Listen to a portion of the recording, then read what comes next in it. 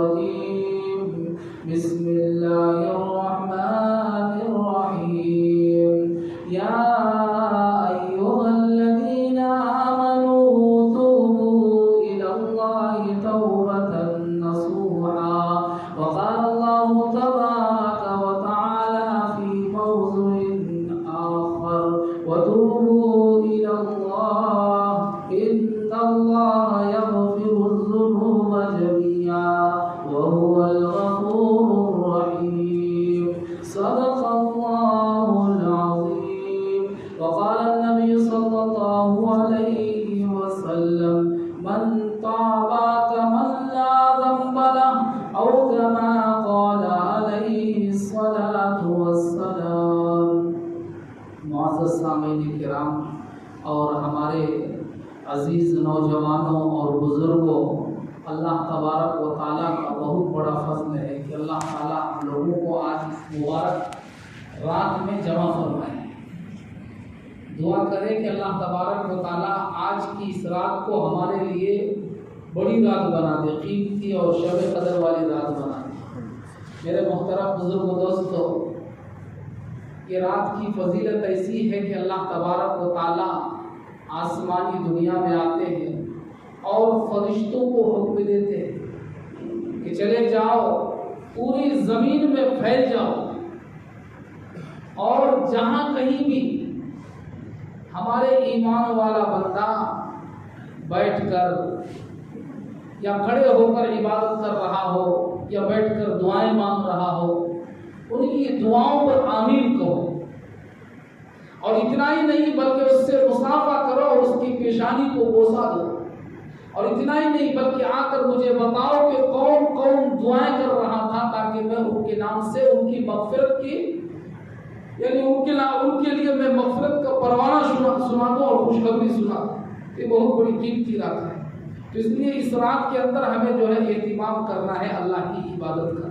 خوب اللہ تبارک و تعالیٰ سے مانگنا ہے جو ہمارے سے غلطی ہوئی ہے. انسان ہے، انسان سے غلطی ہوتی ہے تو ہمیں کیا کرنا ہے؟ اللہ تعالیٰ سے خوب مسجد میں ہو یا اپنے گھر میں ہو، تنہائی میں بیٹھ کر ہاتھ اٹھا کر اللہ تعالیٰ سے خوب معافی مانگے. اپنے کیے ہوئے گناہوں کو، ان اعمال کو جو ان سے صادر ہوئے ہیں، جو انہوں نے کیے ہیں، آدمی تنہائی میں بیٹھ کر اللہ تعالیٰ سے روئے، گرائے اور معافی مانگے. کیوں؟ اس لیے کہ میرے محترم بزرگ و دوستو، یہ زندگی ہماری ہمیشہ کی نہیں ہے. یہ زندگی ہماری ہمیشہ کی نہیں ہے. مختصر زندگی اللہ تعالیٰ ہم لوگوں کو دیا، اور انسان کی موت کب، کہاں، کیسے آئے گی کسی کو معلوم نہیں. آج ہم سب یہاں اس مبارک شب قدر کی یعنی 27ویں رات کو ہم تمام حضرات جمع ہیں. اللہ تعالیٰ ہمارے اس جمع ہونے کو قبول فرمائے. اللہ تعالیٰ ہمارے لیے جو ہے مغفرت کے ذریعہ بنا دے اس رات کو. میرے محترم بزرگ و دوستو، پھر آئندہ سال نہ معلوم کون یعنی 27ویں رات کو، رمضان کے اس مبارک مہینے کے رات کو کون زندہ رہے گا، کون زندہ نہیں رہے گا، نہیں بتا سکتا. آئندہ سال کون زندہ رہے گا، کون زندہ نہیں رہے گا، کس کو رمضان کا یہ مبارک مہینہ نصیب ہوگا، نصیب نہیں ہوگا، تو کوئی نہیں جانتا ہے. اس لیے ہمیں اس رات کی اہمیت کو سمجھ کر اللہ تبارک و تعالیٰ سے خوب دعائیں کریں. ہاں، یہ رات جتنی فضیلت کی ہے، حضرت عبداللہ ابن مسعود رضی اللہ تعالیٰ عنہ نے قسم کھا کر فرمایا کہ قسم خدا کی، میں قسم کھا کر کہتا ہوں. کیا کہا؟ کہ میں قسم کھا کر کہتا ہوں کہ شب قدر 27ویں رات کو ہے، شب قدر 27ویں کی شب کو ہے. تو دعا کرو اللہ تعالیٰ آج کی رات کو ہمارے لیے جو ہے شب قدر کی رات بنا ہی دے اللہ تعالیٰ، اور ہم سبوں کے لیے مغفرت کے پروانے سنا ہی دے اللہ تعالیٰ. دیکھیے میرے محترم بزرگ و دوستو، بہت بڑے خوش نصیب ہیں کہ آج اللہ تبارک و تعالیٰ کے فضل و کرم سے ہم لوگوں کے جو ہے جو قرآن سن رہے تھے وہ قرآن مکمل ہوا. تو ایک بات ذہن میں رکھیے کہ ہم لوگ کلمے والے ہیں. ہم لوگ کیا ہیں؟ کلمے والے ہیں. لا الہ الا اللہ محمد رسول اللہ. تو ہمیں اس بات کا یقین کرنا ہے کہ جتنی بھی چیزیں دنیا کے اندر ہوتی ہیں یہ سب اللہ کی طرف سے ہوتی ہیں. جو بھی چیزیں ہوتی ہیں، ایک آدمی کو عزت مل رہی ہے یہ بھی اللہ کی طرف سے. ایک آدمی ذلیل ہو رہا ہے یہ بھی اللہ کی طرف سے، اور ایک آدمی کو جو ہے مالداری مل رہی ہے یہ بھی اللہ کی طرف سے، ایک آدمی کو غربت مل رہی ہے یہ بھی اللہ کی طرف سے۔ جتنی بھی چیزیں ہیں یہ سب کے سب اللہ کی طرف سے مل رہی ہے، اور یہ اللہ کرنے والے، اس بات کا یقین کرنا۔ کرنے دھرنے والی ذات کیا ہے؟ کس کی ہے؟ اللہ کی ہے۔ ہر چیز اللہ تبارک و تعالیٰ سے ہوتی ہے، لا الہ الا اللہ، اللہ کے سوا کوئی معبود نہیں۔ آج ہمارے ذہن کے اندر ایک بات آتی ہے، کیا بات آتی ہے معلوم؟